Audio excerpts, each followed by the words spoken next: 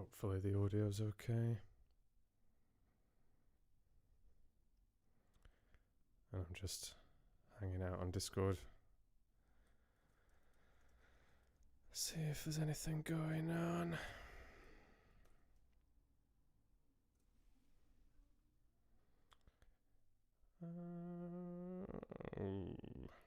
I'm hoping we're live this evening. We will see if someone pops in. So it should be live on YouTube now. That is the plan. That is the plan. Oh, you've got a notification, says Logan. Let's head back. Oh, and Shannon's in. First in the chat. Congrats to Shannon. And happy birthday to you, Shannon. I hope you're doing well today. And hello to Claire and good evening to Olivia. Nice to see you three popping in. Anybody else in the chat this evening? How are we doing? All right, Logan's here. Oh, and Victor. Welcome, Victor. Always nice to see, I think, a new name. I'm not sure if you've popped into the chat before, Victor. Apologies if you have, but I feel like you're a new name to me. And hello to Stardust Science and to B-Rose. Nice to see you both. And the chat is popping up on screen as well. Good times.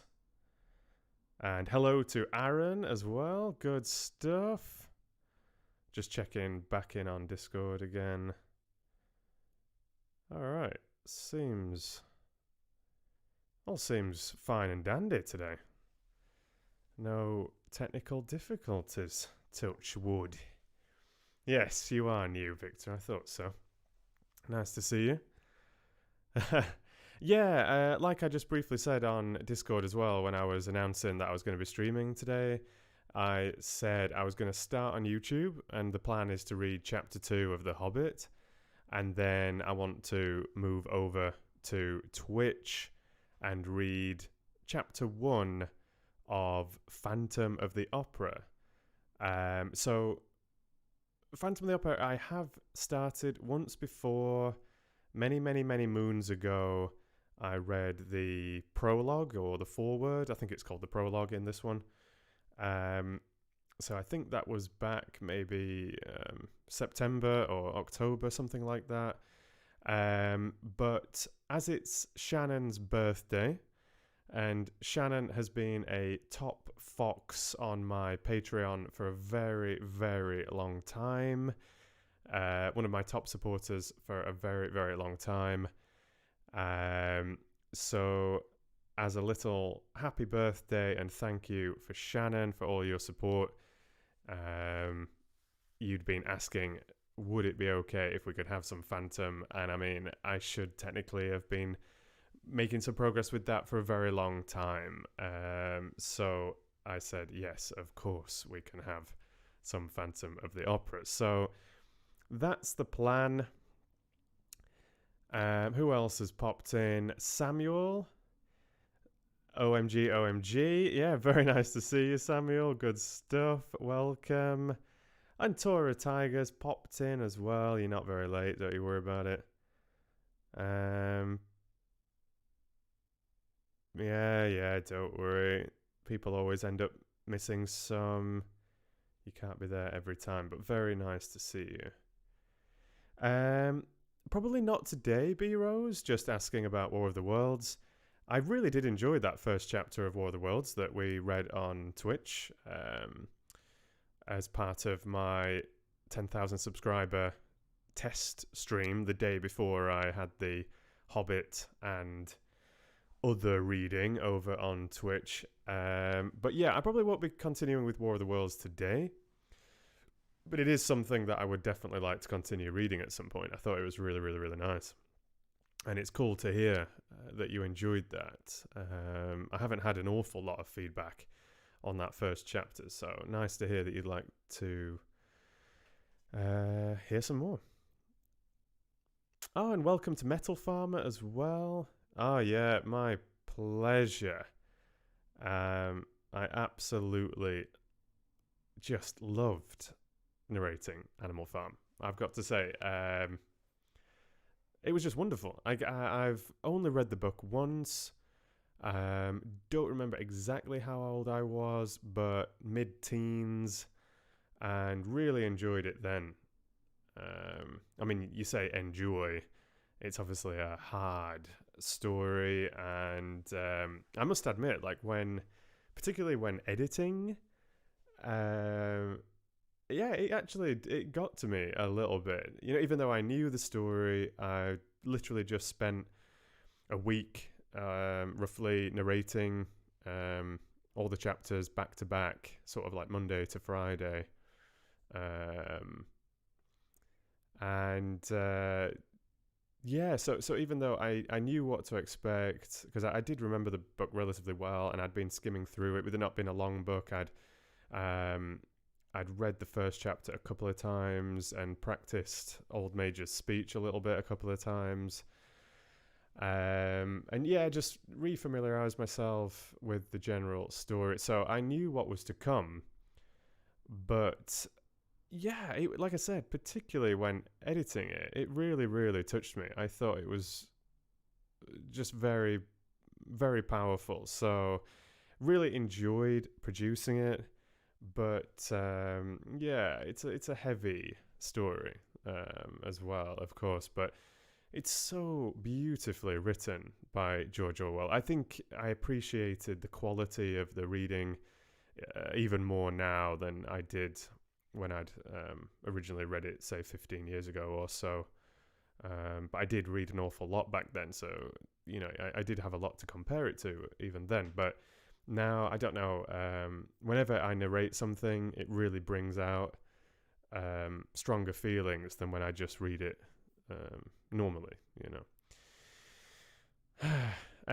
So yeah, it was wonderful, and I strongly recommend it, of course. So if you've not started listening to my Animal Farm yet, just go give it a try. Whether you've tried reading it yourself, whether you've seen the original 1950s animation, there was a questionable looking partly animated, part real world, I think.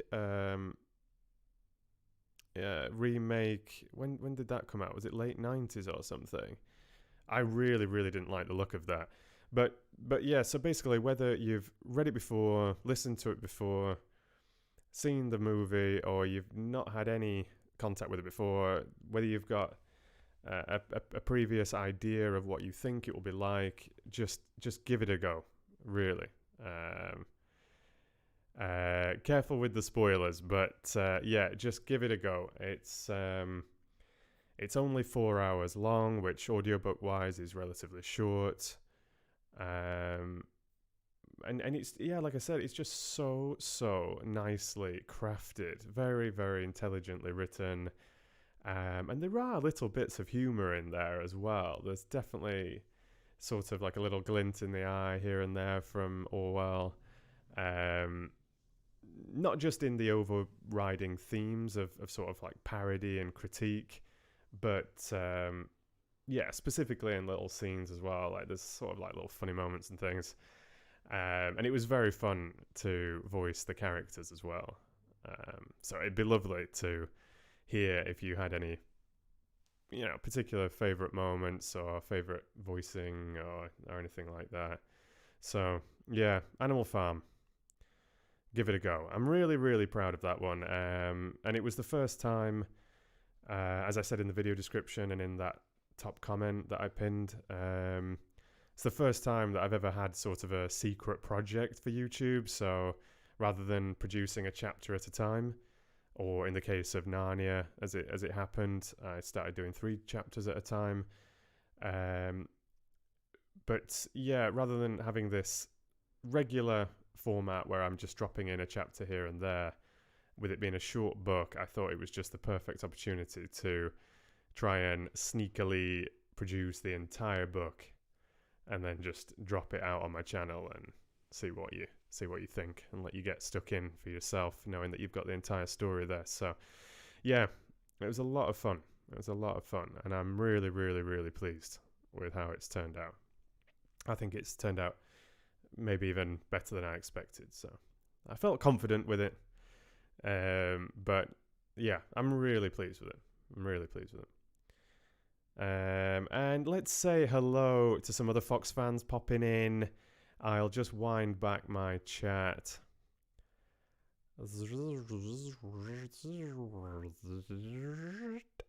And who am I seeing? Lots of happy birthday messages for Shannon. That's very nice to see. The Fox family looking after each other. Oh, and hello to Wei Chen. Lovely to see you. Good stuff. And Mango popping in as well. Nice to see you. And Peter's here as well. Good stuff. And Peter's asking about how I go about recording. Yeah, so this was also another experiment with Animal Farm, and this is why I've decided to just try this out today. So yeah, I'm stood up for a change. I always have recorded sitting down, whether it's for a live stream or for a regular thing. But in this apartment, there isn't really a dedicated space where I can record. I'm next to quite a noisy road. And also there just isn't really like a convenient nook or cranny to call my own. So since moving here at the start of the winter, at the end of last year, I've sort of converted the hallway into my little recording area, but I always have to sort of take things back down again. Like, so if I'm trying to soundproof it a little bit, that can only really be temporary, and it's just not the coziest environment. It just feels quite stiff. But that's where I recorded all of the Lord of the Rings book 2. So it obviously works absolutely fine. But then, you know, like with the coronavirus stuff as well, and routines being changed and things, it's just even less convenient than it was. So with Animal Farm, I'd decided that I was going to just smash out the recording in a few days. I kind of pictured that if I could do approximately 3 chapters a day, that would be a pretty decent rate. And then there's going to be some time where I would be needing to do some re-recording. So I was guessing like 4 or 5 days and I should be able to record the whole thing. So I just really wanted a dedicated space. And managed to make it sort of work in the bedroom, at least temporarily, but just in a way that at least for a few days I didn't have to move anything, I didn't have to change anything at all.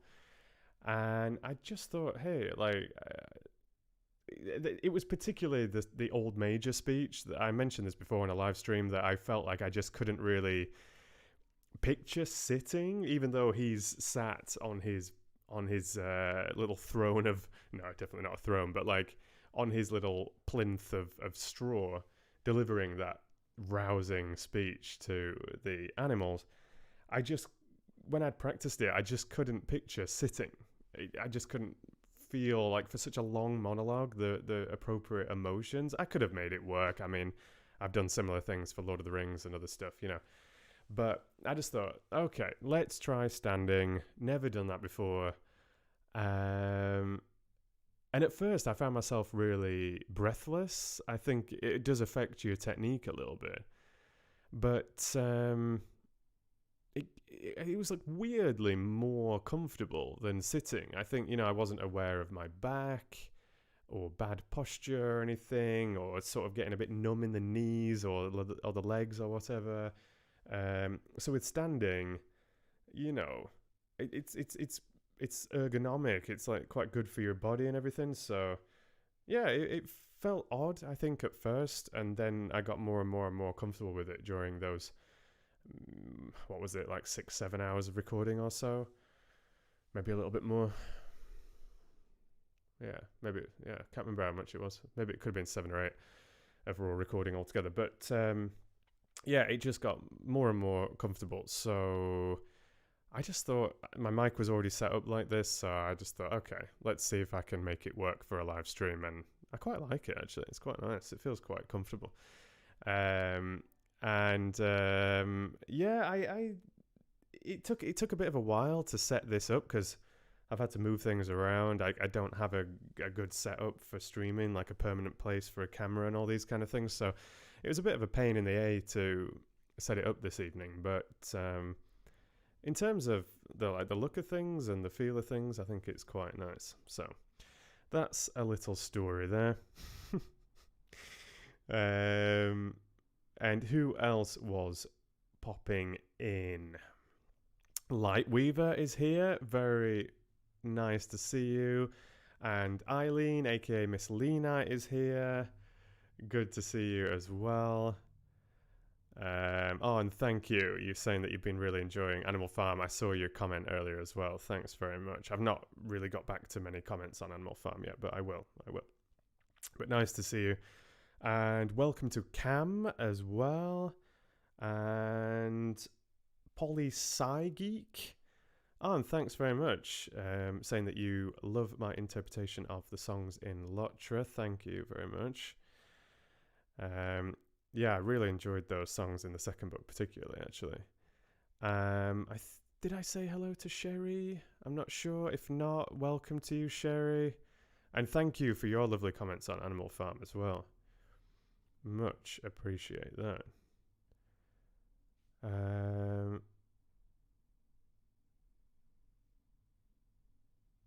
Yeah, thanks, Lightweaver. It seems like you've been enjoying Animal Farm as well. You were mentioning in the comments that you were hoping I'd read it live, but I mean, I've been reading 1984 live, but Animal Farm, I really felt like I would do a better job, like a considerably better job, if I recorded it and edited it and everything. And Wire Wig Rose is asking about the Two Towers, so book 3 of The Lord of the Rings. Yeah, I've been mentioning that it's sort of coming soon. I've been saying that for quite a while now. I sort of had hoped to have started it already, but I've been a little bit distracted by a couple of other things. So it's basically next on the list. I'm not sure if I'm gonna. I'd almost finished chapter 14 of Dracula, and then I'd got broken off for the 10k subscriber live streams, and I just got super inspired to get on with Animal Farm, and I'd also got distracted by those auditions and starting that professional audiobook that I was talking about a little while ago. So yeah, I just felt really inspired mainly to get on with Animal Farm, so I've just bashed that out. And I think this is probably the first time that I've ever recorded almost all of a chapter and then not finished it. So yeah, I probably should just finish chapter 14. It is chapter 14, right? I think. Losing track. But I think chapter 14 of Dracula, I probably should finish that and publish that. And then, yeah, apart from Red Fox book clubs and everything, like live streams and stuff, and this professional audiobook that I'm working on, then The Lord of the Rings book 3 is absolute top priority. Oh yeah, I didn't even think about that. I didn't put the guitar there, it's just appeared. But no, that's Maria, aka Galadriel, that plays the guitar.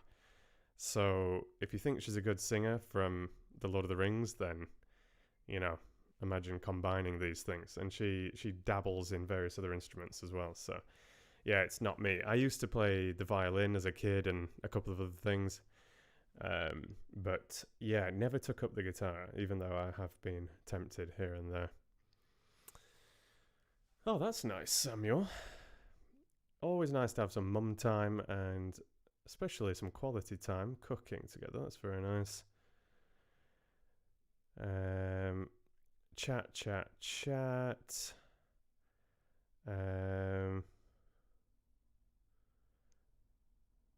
Oh, and Juz as well. Nice to see you. Oh, but that's good to know, Peter. I know you're joking about that, but nice to hear that it actually sounds a little bit different as well. And to be fair, I can get really uncomfortable sat live streaming sometimes. I don't have a dedicated, like a good quality office chair or gaming chair or anything. So, yeah, it can get quite uncomfortable, to be honest. So, this just feels better. More chat. Yeah, welcome to Juz. And Madeline Clare has popped in as well. Some familiar faces here this evening. Very nice.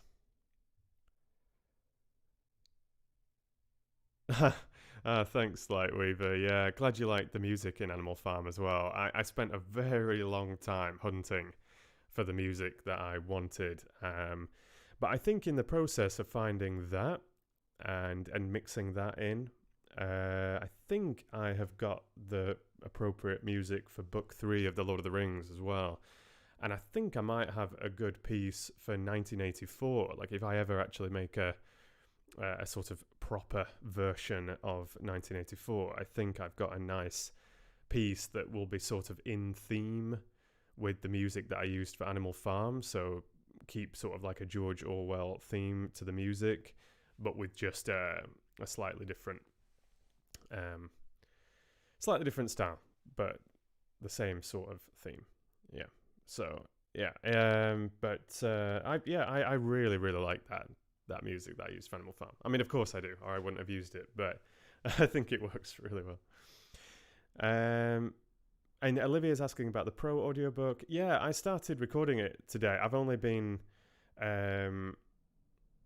sort of like reading through and discussing things with one of the members of this audiobook production company that it's sort of commissioned through or whatever. Yeah, I think it's going to be nice. For those of you that are not aware, it's the first time I've ever been commissioned to do a non-fiction piece, and it's actually a relatively short textbook on climate change, like the climate change problem, and published by Cambridge University Press, which is kind of fun. So, and as I've studied geography, geoscience, and geopolitics, and other things, like it's in my sort of relative field or whatever, like familiar field and everything. So yeah, I think I'll really enjoy it. Oh, and thank you, Mango, for complimenting the Lotra songs. And cheers, Lightweaver. Hello, Amelia. Have I got the wizardy look is coming already, even at 31. I guess that's a good thing.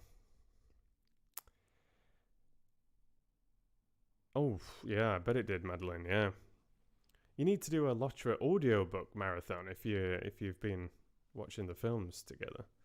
Sounds awesome. Oh, and hello to Geo Tang as well. Welcome.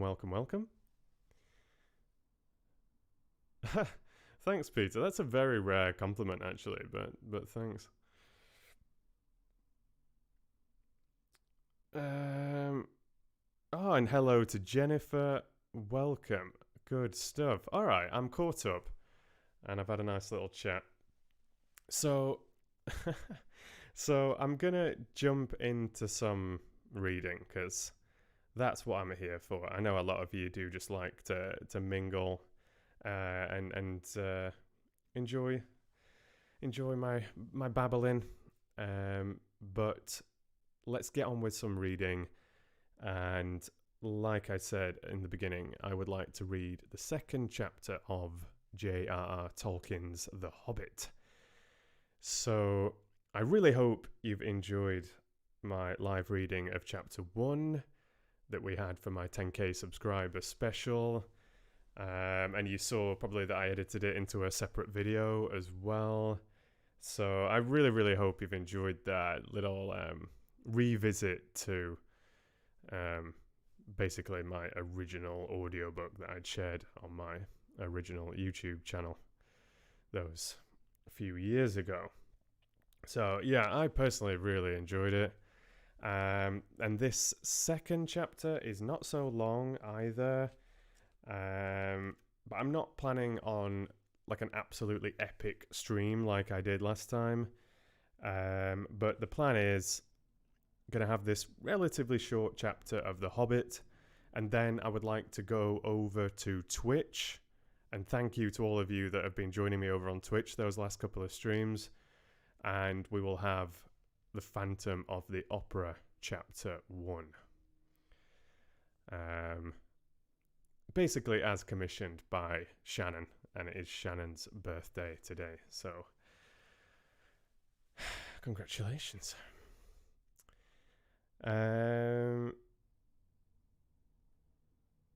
Well, I missed something, I think. Oh, Mango was complaining about The Witches as being ages. Yeah, I've been wanting to get back to these sort of early afternoon, mid-afternoon streams here and there. And that's when I want to continue with Witches. So it won't be tonight because it's Phantom of the Opera night mixed in with this little Hobbit reading that I wanted to do. But we will absolutely be continuing and finishing off The Witches. I won't leave you hanging too much longer, I promise. I promise. So you don't need to worry, Mango. You don't need to worry.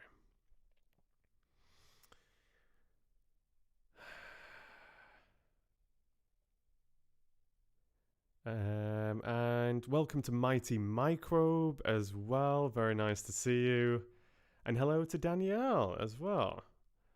Welcome, welcome. Thank you so much for joining. Yeah, lovely stuff. Lovely stuff.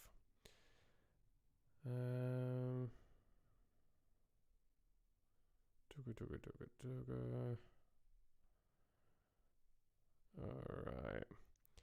And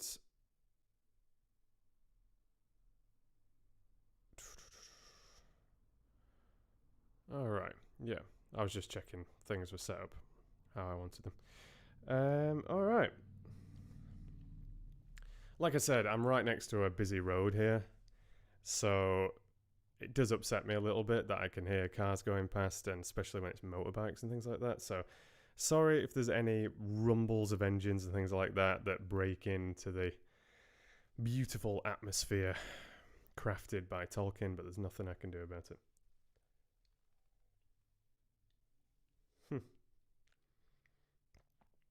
I'll be a green wizard. I'm absolutely happy with that. P-O-T-O. What's Poto? I'm sure it's something extremely obvious. You have to help me out there, Mango.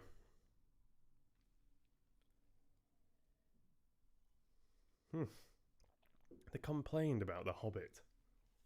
How can you complain about The Hobbit? Is it even controversial? I never thought of it as a controversial book.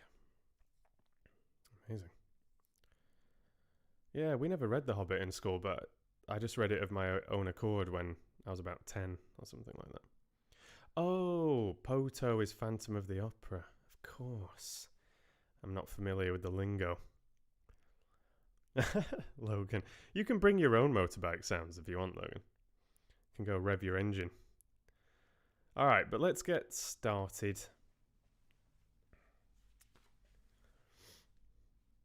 Phantom of the Opera. Exactly. Satanic? The Hobbit? They're having a chuffing laugh, Jennifer. Having a chuffing laugh. Now satanic about it, he says with the red dragon. Okay, but let's get started. Let's rustle some pages. Yes. Very nice. You made it up, Mango. Okay. Shannon wasn't messing about, though. She was straight onto it. Okay, so. It is time.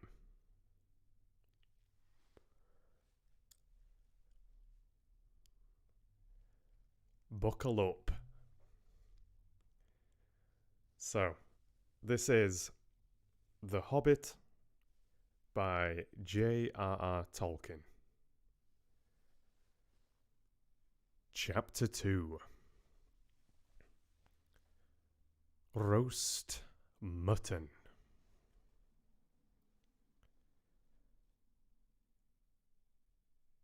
Up jumped Bilbo, and putting on his dressing gown, went into the dining room.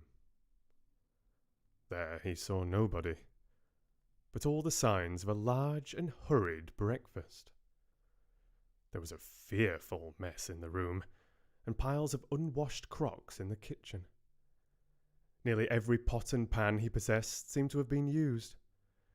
The washing up was so dismally real that Bilbo was forced to believe the party of the night before had not been part of his bad dreams, as he had rather hoped. Indeed, he was really relieved, after all, to think that they had all gone without him, and without bothering to wake him up. Oh, and without bothering to wake him up. But with never a thank you, he thought. And yet in a way he could not help feeling just a trifle disappointed. The feeling surprised him. "Don't be a fool, Bilbo Baggins," he said to himself. "Thinking of dragons and all that outlandish nonsense at your age." So he put on an apron, lit fires, boiled water, and washed up. Then he had a nice little breakfast in the kitchen, before turning out the dining room. By that time the sun was shining, and the front door was open, letting in a warm spring breeze. Bilbo began to whistle loudly, and to forget about the night before. In fact, he was just sitting down to a nice little second breakfast in the dining room by the open window, when in walked Gandalf. "My dear fellow," said he, "whenever are you going to come? What about an early start? And here you are having breakfast, or whatever you call it, at 10:30. They left you the message, because they could not wait." "What message?"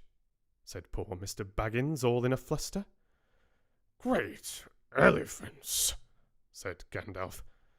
"You are not at all yourself this morning. You have never dusted the mantelpiece." "What's that got to do with it? I've had enough to do with washing up for 14.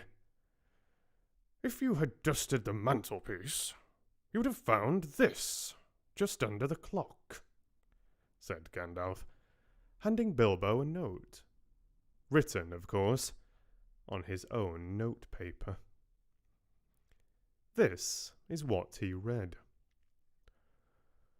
"Thorin and company to burglar Bilbo greeting. For your hospitality, our sincerest thanks, and for your offer of professional assistance, our grateful acceptance. Terms: cash on delivery, up to and not exceeding 1/14 of total profits, if any. All travelling expenses guaranteed in any event. Funeral expenses to be defrayed by us or our representatives, if occasion arises, and the matter is not otherwise arranged for. Thinking it unnecessary to disturb your esteemed repose, we have proceeded in advance to make requisite preparations, and shall await your respected person at the Green Dragon Inn, Bywater, at 11 a.m. sharp. Trusting that you will be punctual. We have the honour to remain yours deeply, Thorin and company." "That leaves you just 10 minutes. You will have to run," said Gandalf. "But," said Bilbo. "No time for it," said the wizard. "But," said Bilbo again. "No time for that either. Off you go." To the end of his days, Bilbo could never remember how he found himself outside, without a hat, a walking stick, or any money, or anything that he usually took when he went out, leaving his second breakfast half finished and quite unwashed up, pushing his keys into Gandalf's hands, and running as fast as his furry feet could carry him down the lane, past the great mill, across the water, and then on for a mile or more.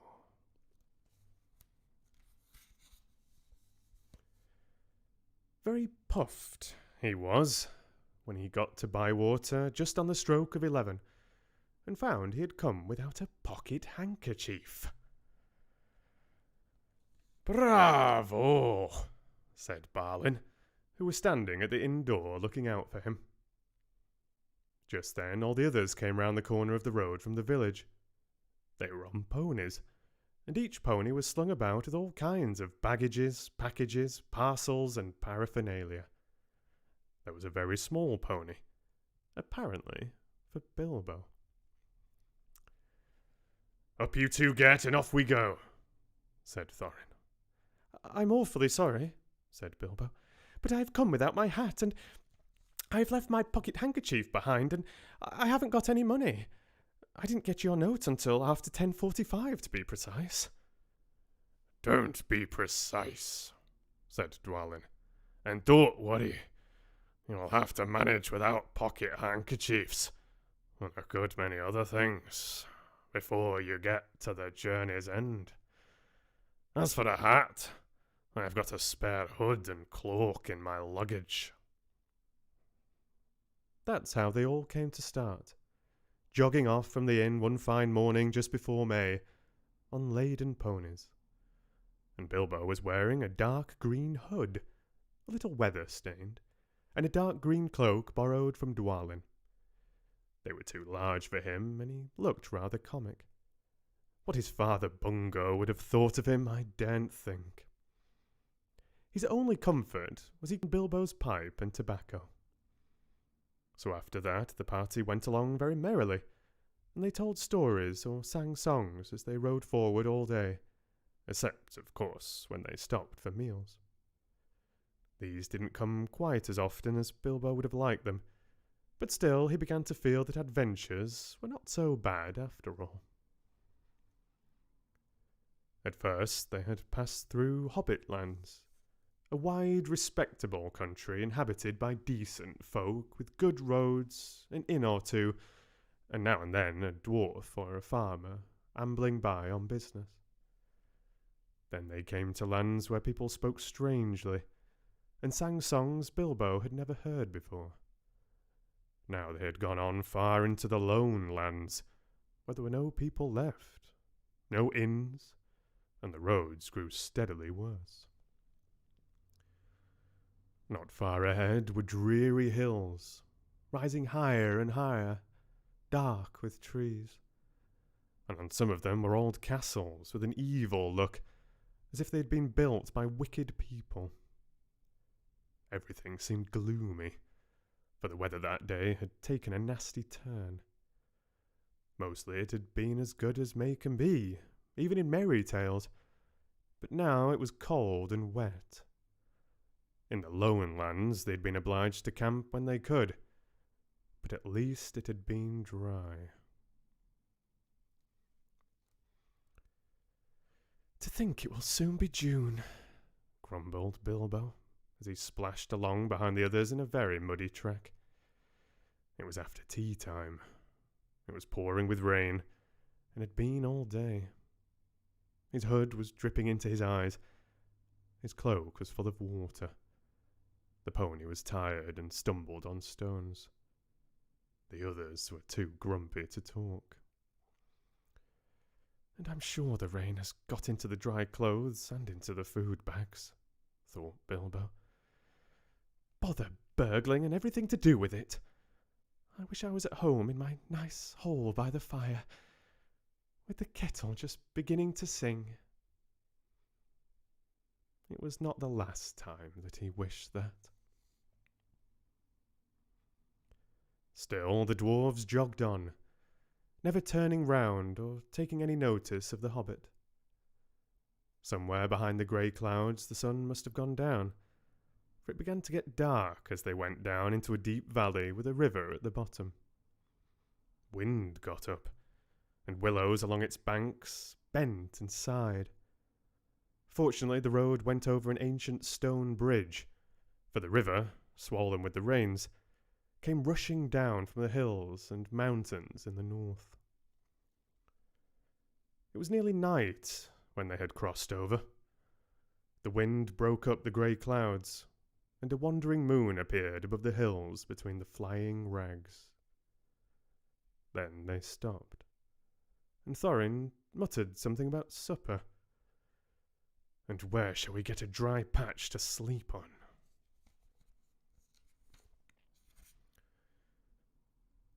Not until then did they notice that Gandalf was missing. So far he had come all the way with them, never saying if he was in the adventure or merely keeping them company for a while. He had eaten most, talked most, and laughed most. But now he simply was not there at all. "Just when a wizard would have been most useful too," groaned Dory and Nori, who shared the Hobbit's view about regular meals, plenty and often. They decided in the end that they would have to camp where they were. They moved to a clump of trees, and though it was drier under them, the wind shook the rain off the leaves, and the drip was most annoying. Also, the mischief seemed to have got into the fire. Dwarves can make a fire almost anywhere out of almost anything, wind or no wind. But they could not do it that night. Not even Oin and Gloin, who were specially good at it. Then one of the ponies took fright at nothing and bolted. He got into the river before they could catch him, and before they could get him out again, Feely and Keely were nearly drowned, and all the baggage that he carried was washed away off him. Of course, it was mostly food, and there was mighty little left for supper and less for breakfast. There they all sat glum and wet and muttering, while Oin and Gloin went on trying to light the fire and quarrelling about it.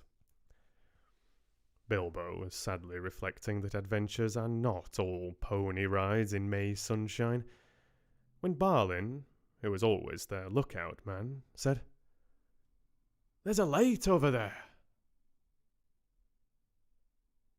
There was a hill some way off with trees on it, pretty thick in parts.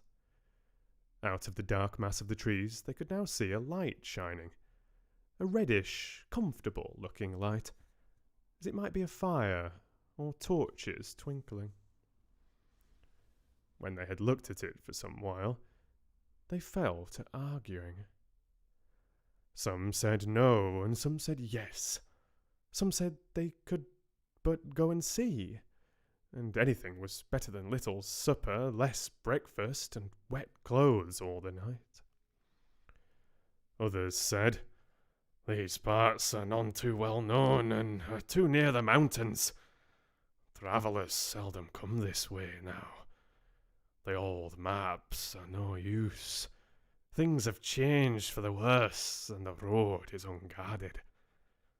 They have seldom even heard of the king round here, and the less inquisitive you are as you go along, the less trouble you are likely to find." Some said, "After all, there are 14 of us." Others said, "Where has Gandalf got to?" This remark was repeated by everybody. Then the rain began to pour down worse than ever, and Oin and Gloin began to fight. That settled it. "After all, we have got a burglar with us," they said. And so they made off, leading their ponies, with all due and proper caution, in the direction of the light. They came to the hill, and were soon in the wood. Up the hill they went, but there was no proper path to be seen, such as might lead to a house or a farm. And do what they could, they made a deal of rustling and crackling and creaking, and a good deal of grumbling and dratting, as they went through the trees in the pitch dark.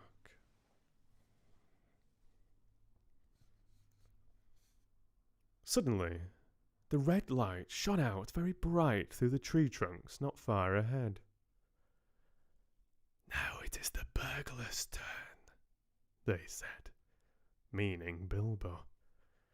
"You must go on and find out all about that light, and what it is for, and if all is perfectly safe and canny," said Thorin to the hobbit.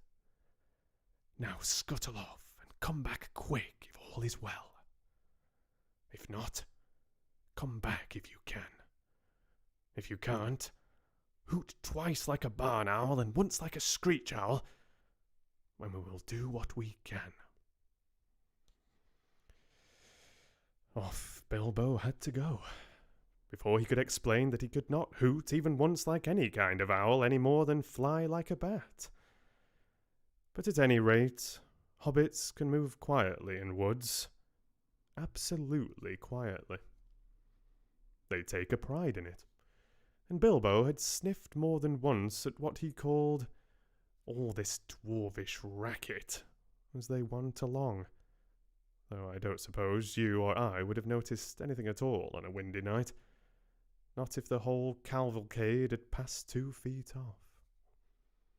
As for Bilbo walking primly towards the red light, I don't suppose even a weasel would have stirred a whisker at it.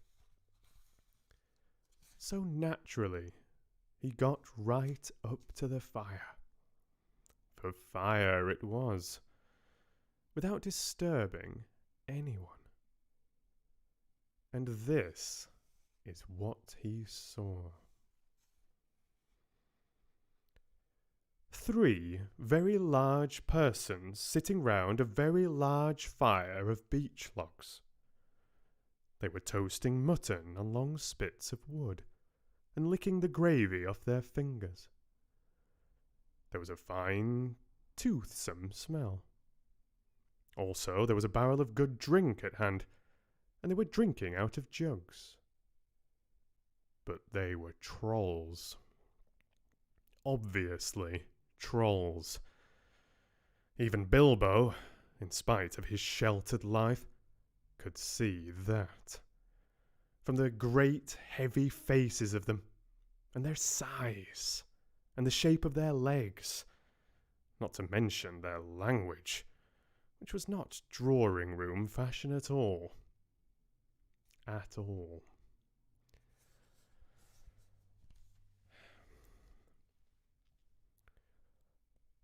"Mutton yesterday, mutton today, and blimey if it don't look like mutton again tomorrow," said one of the trolls. "Never a blinking bit of man flesh have we had for long enough," said a second. "What the hell William was a thinking of to bring us into these parts at all beats me. And the drink running short what's more," he said, jogging the elbow of William, who was taking a pull at his jug. William choked. "Shut your mouth," he said, as soon as he could. "You can't expect folk to stop here forever just to be ate by you and Bert. You've ate a village and a half between you since we've come down from the mountains. How much more do you want? And time's been up our way when you'd have said, 'Thank you, Bill, for a nice bit of fat valley mutton like what this is.'" He took a big bite off a sheep's leg he was roasting and wiped his lips on his sleeve. "Yes, I'm afraid trolls do behave like that, even those with only 1 head each. After hearing all this, Bilbo ought to have done something at once. Either he should have gone back quietly and warned his friends that there were 3 fair-sized trolls at hand in a nasty mood, quite likely to try roasting dwarf, or even pony, for a change, or else he should have done a bit of good, quick burgling. A really first-class and legendary burglar would at this point have picked the troll's pockets. It is nearly always worthwhile, if you can manage it. Pinched the very mutton off the spits, purloined the beer, and walked off without their noticing him. Others, more practical, but with less professional pride, would perhaps have stuck a dagger into each of them before they observed it. Then the night could have been spent cheerily. Bilbo knew it. He'd read of a good many things he had never seen or done. He was very much alarmed, as well as disgusted. He wished himself 100 miles away, and yet somehow he could not go straight back to Thorin and company empty-handed. So he stood and hesitated in the shadows. Of the various burglarious proceedings he had heard of, picking the troll's pockets seemed to be the least difficult. So at last he crept behind a tree, just behind William. Bert and Tom went off to the barrel. William was having another drink. Then Bilbo plucked up courage and put his little hand in William's enormous pocket. There was a purse in it, as big as a bag to Bilbo. Ha! Thought he, warming to his new work as he lifted it carefully out. This is a beginning. It was. Trolls' purses are the mischief, and this was no exception. "Here! Who are you?" it squeaked, as it left the pocket, and William turned round at once and grabbed Bilbo by the neck, before he could duck behind the tree. "Blimey, Bert! Look what I've copped!" said William. "What is it?" said the others, coming up. "Lord if I knows. What are ye?" "Bilbo Baggins. A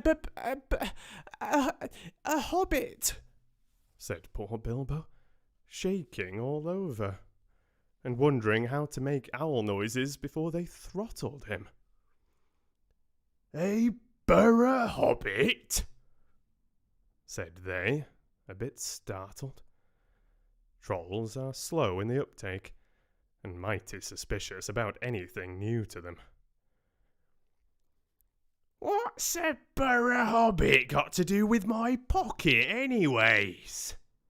said William. "And can you cook 'em?" said Tom.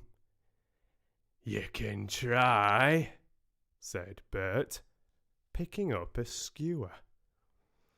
"He wouldn't make above a mouthful," said William, who had already had a fine supper. "Not when he was skinned and boned." "Perhaps there are more like him round about, and we might make a pie," said Bert. "Here, you! Are there any more of your sort a-sneaking in these here woods, you nasty little rabbit?" said he, looking at the hobbit's furry feet, and he picked him up by the toes and shook him. "Yes, lots," said Bilbo, before he remembered not to give his friends away. "No, not at all, not one," he said immediately afterwards. "What do you mean?" said Bert, holding him right way up. By the hair this time. "What I say?" said Bilbo, gasping. "Please don't cook me, kind sirs. I am a good cook myself, and cook better than I cook, if you see what I mean. I'll cook beautifully for you, a perfectly beautiful breakfast for you, if only you won't have me for supper." "Poor little blighter," said William. He'd already had as much supper as he could hold. Also, he'd had lots of beer. "Poor little blighter. Let him go." "Not till he says what he means by lots, and none at all," said Bert. "I don't want to have me throat cut in me sleep. Hold his toes in the fire till he talks." "I won't have it," said William. "I caught him anyway." "You're a fat fool, William," said Bert, "as I've said afore this evening. "And you're a lout." "And I won't take that from you, Bill Huggins," says Bert, and puts his fist in William's eye. Then there was a gorgeous row. Bilbo had just enough wits left when Bert dropped him on the ground to scramble out of the way of their feet before they were fighting like dogs and calling one another all sorts of perfectly true and applicable names in very loud voices. Soon they were locked in one another's arms and rolling nearly into the fire, kicking and thumping, while Tom whacked at them both with a branch to bring them to their senses. And that, of course, only made them madder than ever. That would have been the time for Bilbo to have left. But his poor little feet had been very squashed in Bert's big paw, and he had no breath in his body, and his head was going round. So there he lay for a while panting, just outside the circle of firelight. Right in the middle of the fight, up came Balin. The dwarves had heard noises from a distance, and after waiting for some time for Bilbo to come back, or to hoot like an owl, they started off, one by one, to creep towards the light as quietly as they could. No sooner did Tom see Balin come into the light than he gave an awful howl. Trolls simply detest the very sight of dwarves, uncooked. Bert and Bill stopped fighting immediately, and "A sack, Tom! Quick!" they said. Before Balin, who was wondering where in all this commotion Bilbo was, knew what was happening, a sack was over his head, and he was down. "There's more to come yet," said Tom, "or I'm mighty mistook. Lots and none at all, it is," said he. "No borough hobbits, but lots of these here dwarves. That's about the shape of it." "I reckon you're right," said Bert, "and we'd best get out of the light." And so they did. With sacks in their hands, that they used for carrying off mutton and other plunder, they waited in the shadows.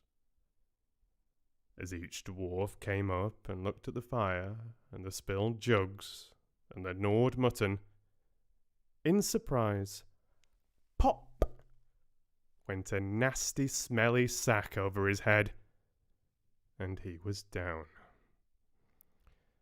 Soon, Dwalin lay by Balin, and Philly and Killy together, and Dory and Nori and Ori all in a heap, and Oin and Gloin and Biffer and Boffer and Bomber piled uncomfortably near the fire.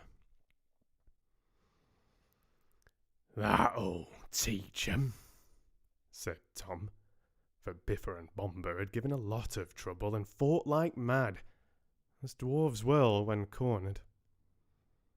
Thorin came last, and he was not caught unawares. He came expecting mischief, and didn't need to see his friend's legs sticking out of sacks to tell him that things were not all well. He stood outside in the shadows some way off, and said, "What's all this trouble? Who has been knocking my people about?" "It's trolls," said Bilbo from behind a tree. They had forgotten all about him. "They're hiding in the bushes with sacks," said he. "Oh, are they?" said Thorin, and he jumped forward to the fire before they could leap on him. He caught up a big branch, all on fire at one end, and Bert got that end in his eye before he could step aside. That put him out of the battle for a bit. Bilbo did his best. He caught hold of Tom's leg, as well as he could. It was as thick as a young tree trunk, but he was sent spinning up into the top of some bushes when Tom kicked the sparks up in Thorin's face. Tom got the branch in his teeth for that, and lost one of the front ones. It made him howl, I can tell you. But just at that moment, William came up behind and popped a sack right over Thorin's head and down to his toes. And so the fight ended. A nice pickle they were all in now, all neatly tied up in sacks, with 3 angry trolls, and 2 with burns and bashes to remember, sitting by them, arguing whether they should roast them slowly, or mince them fine and boil them, or just sit on them one by one and squash them into jelly. And Bilbo up in a bush, with his clothes and his skin torn, not daring to move for fear they should hear him. It was just then that Gandalf came back, but no one saw him. The trolls had just decided to roast the dwarves now and eat them later. That was Bert's idea, and after a lot of argument, they had all agreed to it. "No good roasting them now. It'd take all night," said a voice. Bert thought it was William's. "Don't start the argument all over again, Bill," he said, "or it will take all night." "Who's arguing?" said William, who thought it was Bert that had spoken. "You are," said Bert. "You're a liar," said William, and so the argument began all over again. In the end, they decided to mince them fine and boil them. So they got a great black pot, and they took out their knives. "No good boiling 'em. We ain't got no water, and it's a long way to the well and all," said a voice. Bert and William thought it was Tom's. "Shut up," said they, "or we'll never have done. and you can fetch the water yourself if you say any more." "Shut up yourself," said Tom, who thought it was William's voice. "Who's arguing but you, I'd like to know?" "You're a booby," said William. "Booby yourself," said Tom. And so the argument began all over again, and went on hotter than ever, until at last they decided to sit on the sacks one by one and squash them, and boil them next time.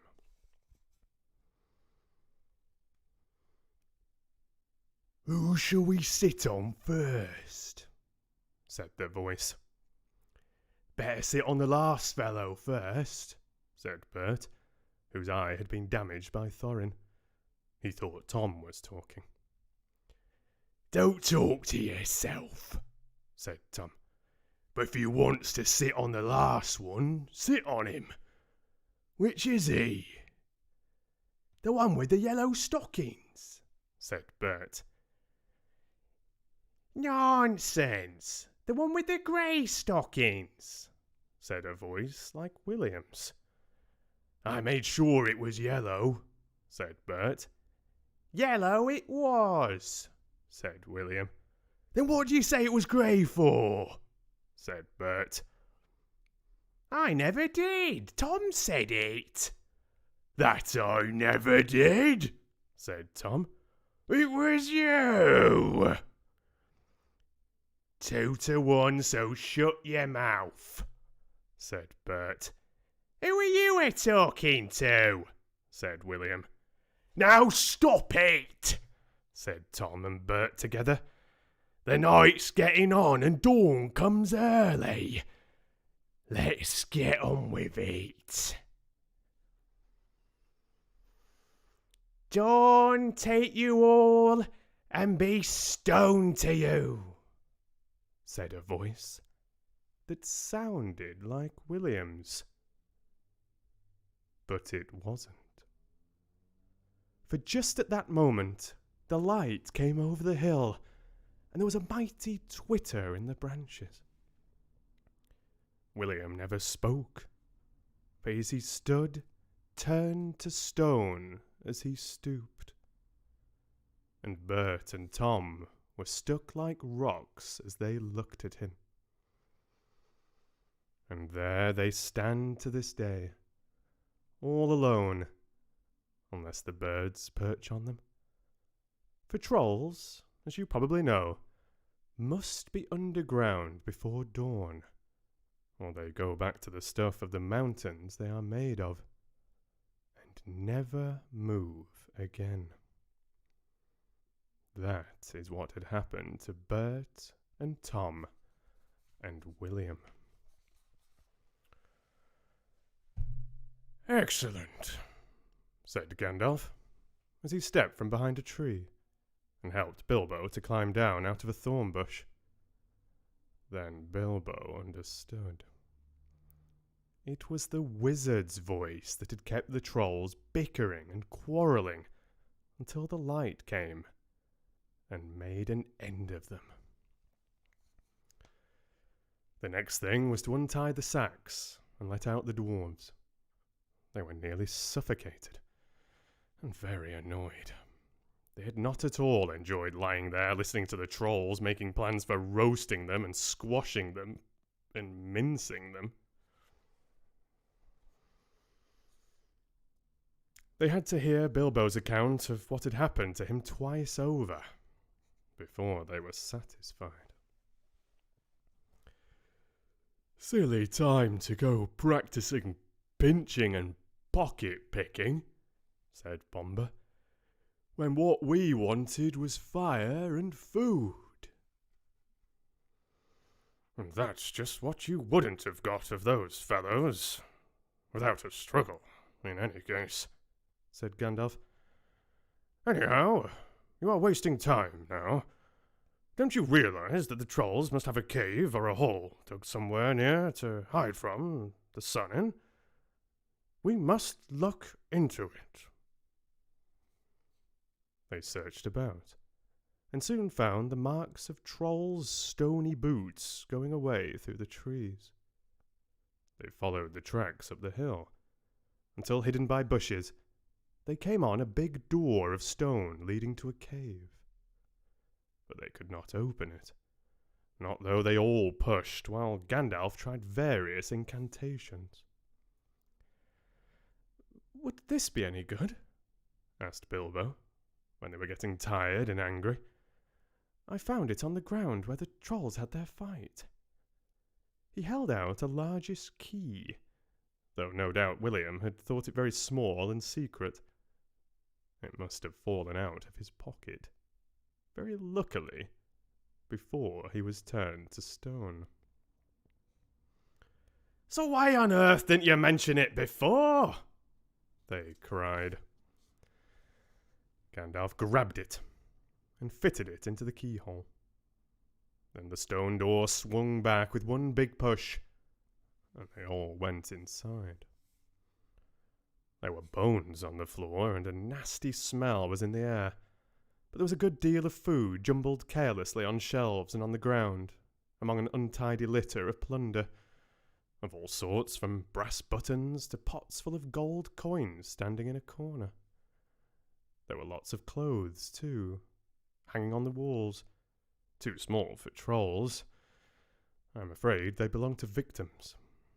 And among them were several swords of various makes, shapes, and sizes. Two caught their eyes particularly, because of their beautiful scabbards and jewelled hilts. Gandalf and Thorin each took one of these, and Bilbo took a knife in a leather sheath. It would have made only a tiny pocket knife for a troll, but it was as good as a short sword for the hobbit.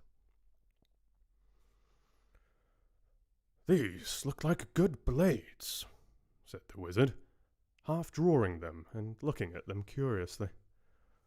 "They were not made by any troll, nor by any smith among men in these parts and days.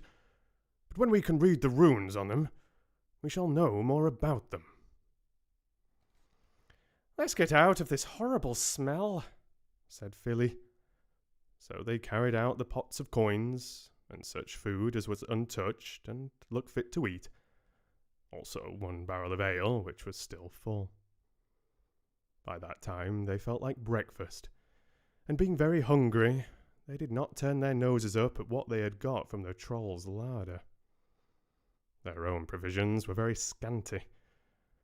Now they had bread and cheese and plenty of ale, and bacon to toast in the embers of the fire. After that they slept, for their night had been disturbed, and they did nothing more till the afternoon. Then they brought up their ponies, and carried away the pots of gold, and buried them very secretly, not far from the track by the river, putting a great many spells over them, just in case they ever had the chance to come back and recover them. When that was done, they all mounted once more, and jogged along again on the path towards the east. "Where did you go to, if I may ask?" said Thorin to Gandalf as they rode along. "To look ahead," said he. "And what brought you back in the nick of time?" "Looking behind," said he. "Exactly," said Thorin. "But could you be more plain?" "I went on to spy out our road. It will soon become dangerous and difficult. Also, I was anxious about replenishing our small stock of provisions. I had not gone very far, however, when I met a couple of friends of mine from Rivendell." "Where's that?" said Bilbo. "Don't interrupt," said Gandalf. "You'll get there in a few days now, if we're lucky, and find out all about it. As I was saying, I met two of Elrond's people. They were hurrying along for fear of the trolls, and waylaid strangers. I immediately had a feeling that I was wanted back. Looking behind, I saw a fire in the distance and made for it. So now you know."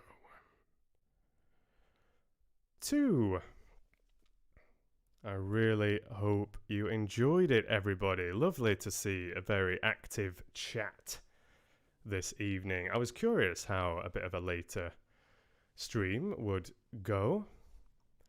How are we all doing? I don't know if I can try and catch up with all the chat. I can try and just have a little quick skim through, but I would like to say thank you for the €2 that long, and I was reading and I saw them popping up. I think I missed Shannon's original one, and I noticed there was quite a delay, I think, between them popping up on screen and them popping up on my screen, so you were probably wondering what on earth I was doing.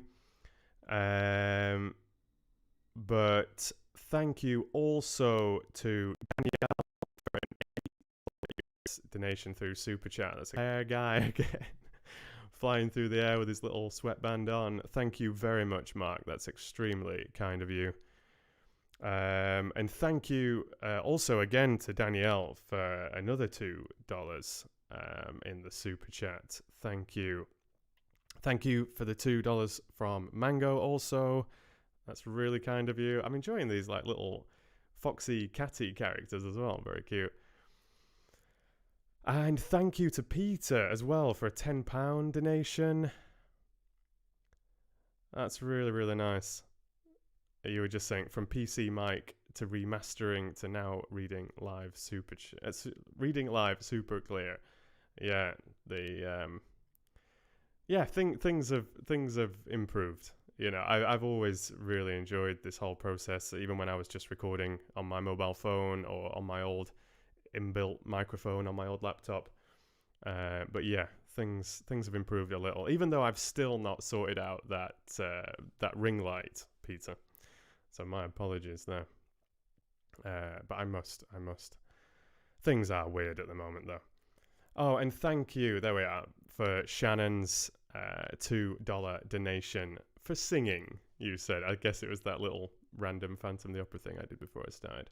Thank you so much to the birthday girl, Shannon, for your donation as well. Saw that you were having some bad buffering, unfortunately. I really hope the buffering didn't interrupt the end of the chapter. That would have been a real shame. Sometimes I've noticed that if you get some bad buffering, it still saves well. So when the stream is finished and it goes into that archived selection of videos, the stream can be smooth there at least, even if it's been buffering live. But sometimes if there's been a particularly bad problem, it can mess things up in the archived version as well. But hopefully it's not messed it up, at least for the recorded version. So after the stream, if you want to listen back to that second chapter of The Hobbit again, you can have maybe an even smoother experience than this time. Let me see if I can just shout out any other names that have popped in.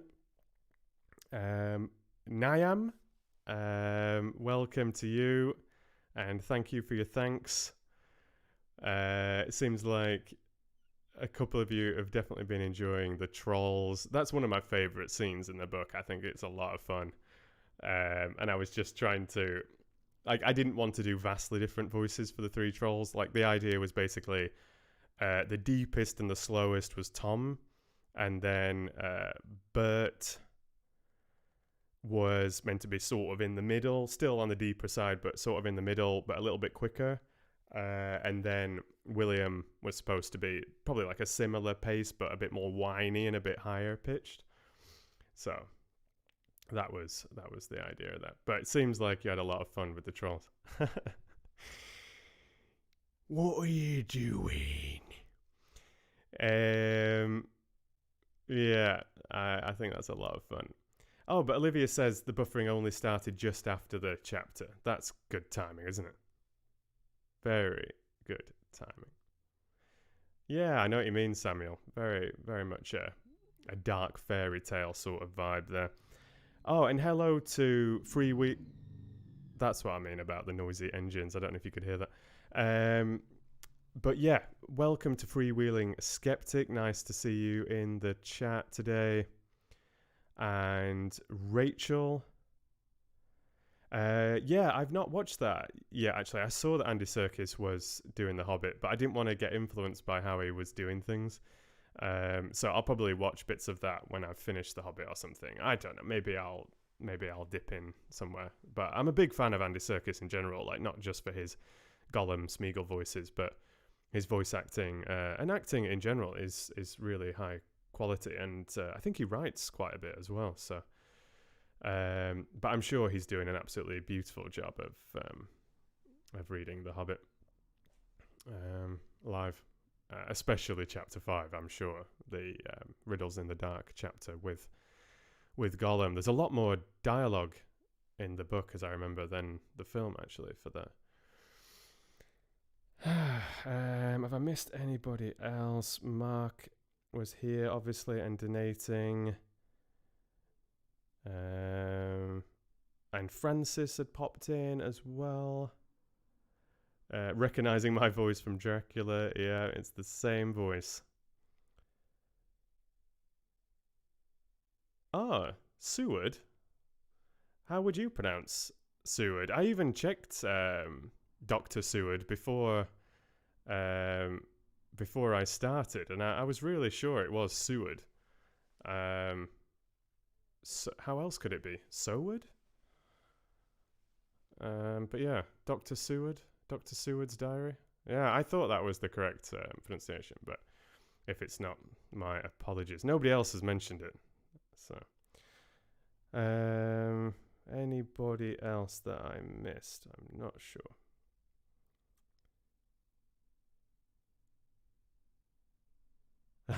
Yeah, that would have taken some quick thinking, Samuel. You were saying, I wonder why Bilbo never lied on saying something like, a dangerous spider entered into your pocket. I tried to take it out so it doesn't bite you. It might have worked, but you never know with those mountain trolls. Might have just eaten him anyway. Oh, that's a nice sentiment, Shannon. And Peter and Olivia, you were echoing.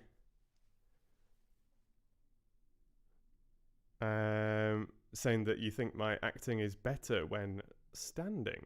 That's interesting. I guess I can get into it a little bit more. Like sometimes I do get quite expressive. Anyway, like if you think of the witches and things, but with the Grand High Witch. Yeah, but yeah, I guess this does help a little bit. It really depends on the book that I'm reading as well, though, because certain books are way more expressive and theatrical, and The Hobbit is one where you can go really wild on it if you want. I bet trolls have some major pocket lint, says Jennifer. I bet they do.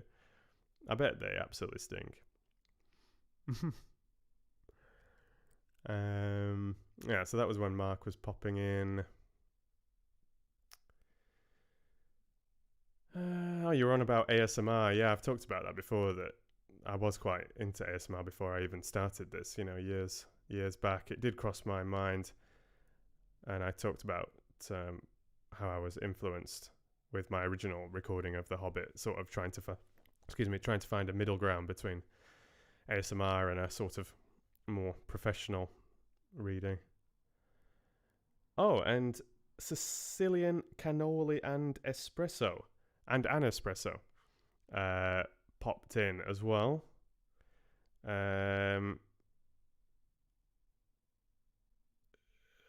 Not sure quite what you were talking about there. I don't think you said anything else apart from that. Miranda late but here at last. And Connor as well. Nice to see you both. Oh, and thank you so much for the praise, Connor. It's really kind.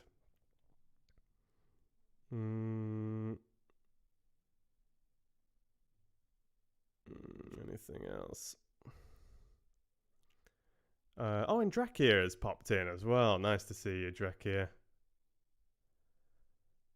Just trying to make sure I've caught up. Yeah. Sorry if I missed anything. But I've just had a little skim through the chat.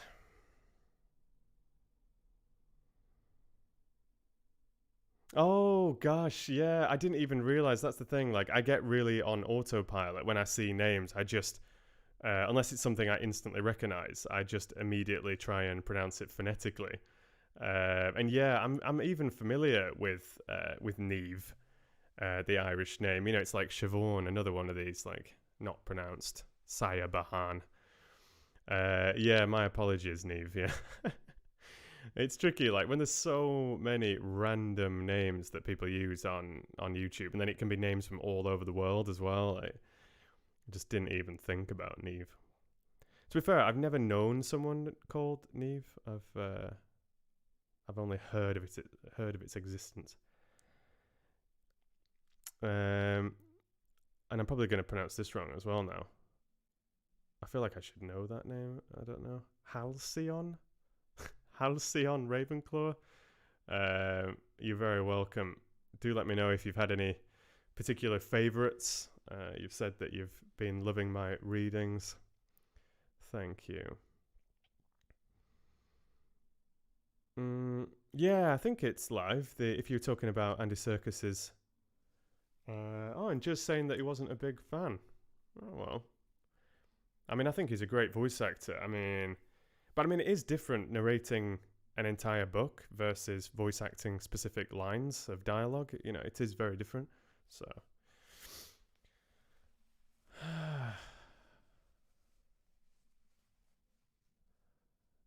Peter's requesting "You shall not pass," which is "You cannot pass" in the book, isn't it? Rather than "You shall not pass." I don't want to scream the house down right now. I might just drop it in randomly at some point. Yeah.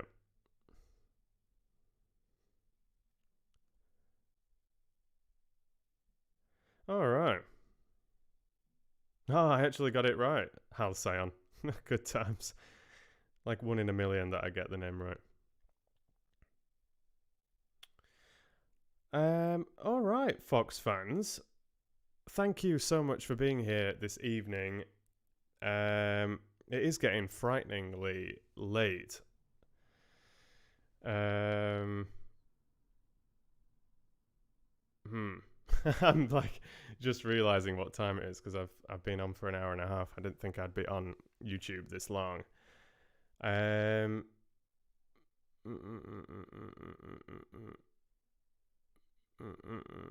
I'm thinking how upset would Shannon be if I didn't read Phantom today, but I did it at some point during the weekend.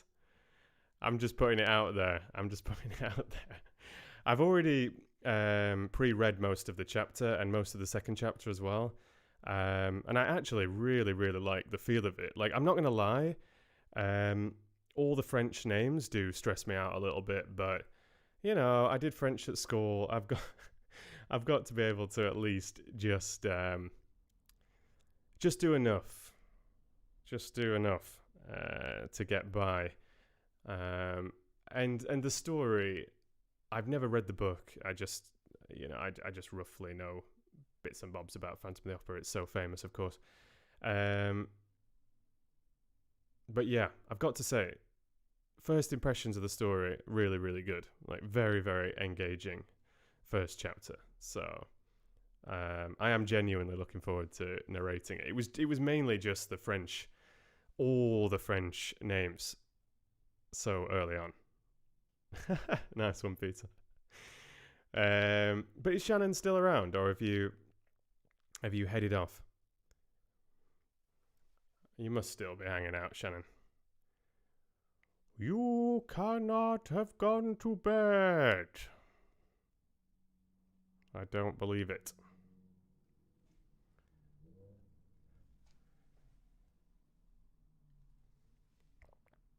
Uh-oh. It's an angry face. Or a very skeptical face.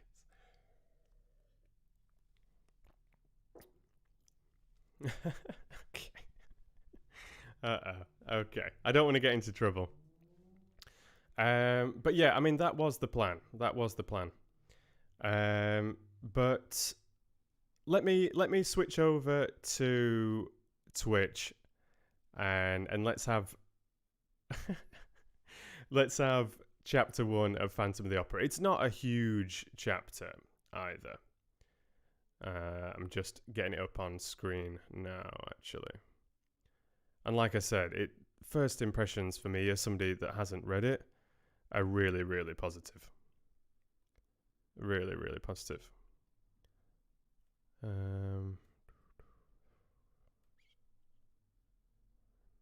Yeah.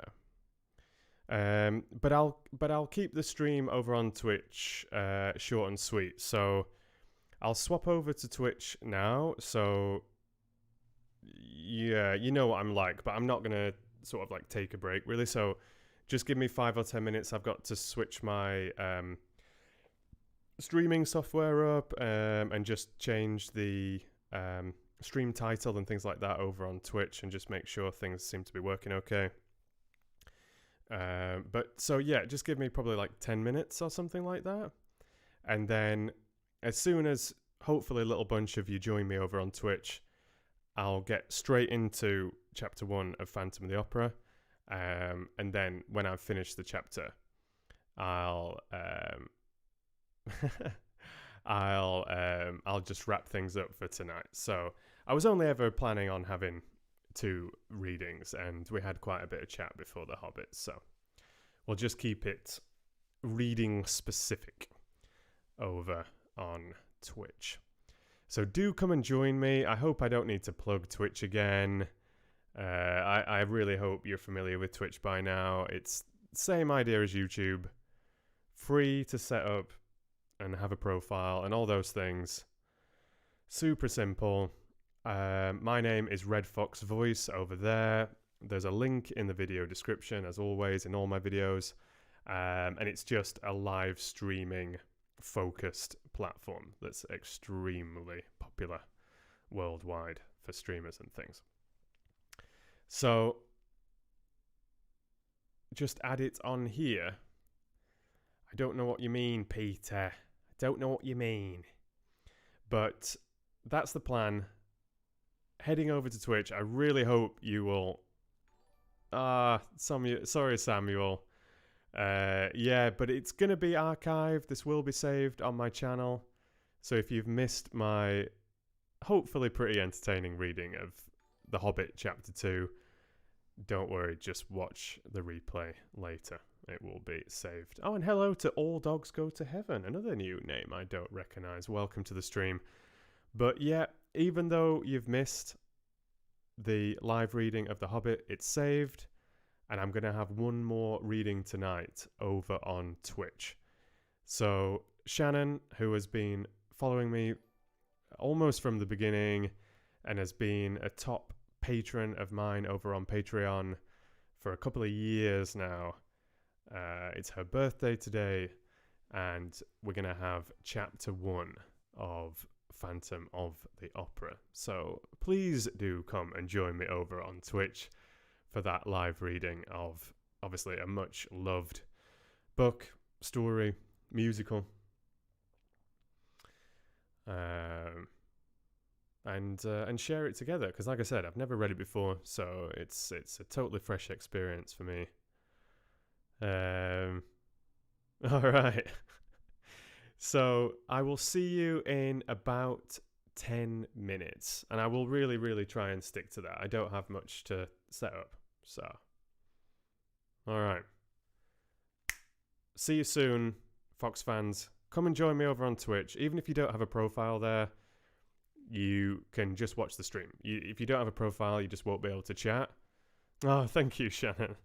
Thank you so much for the $3 through Super Chat. That's super sweet, Shannon. On your birthday as well, sending me the dollars. Seems crazy, but thank you so very, very, very much. So yeah. Give me about 10 minutes. You don't need to set up a profile. The link is in the video description, but you can at least come and listen to me read The Phantom of the Opera. Okay.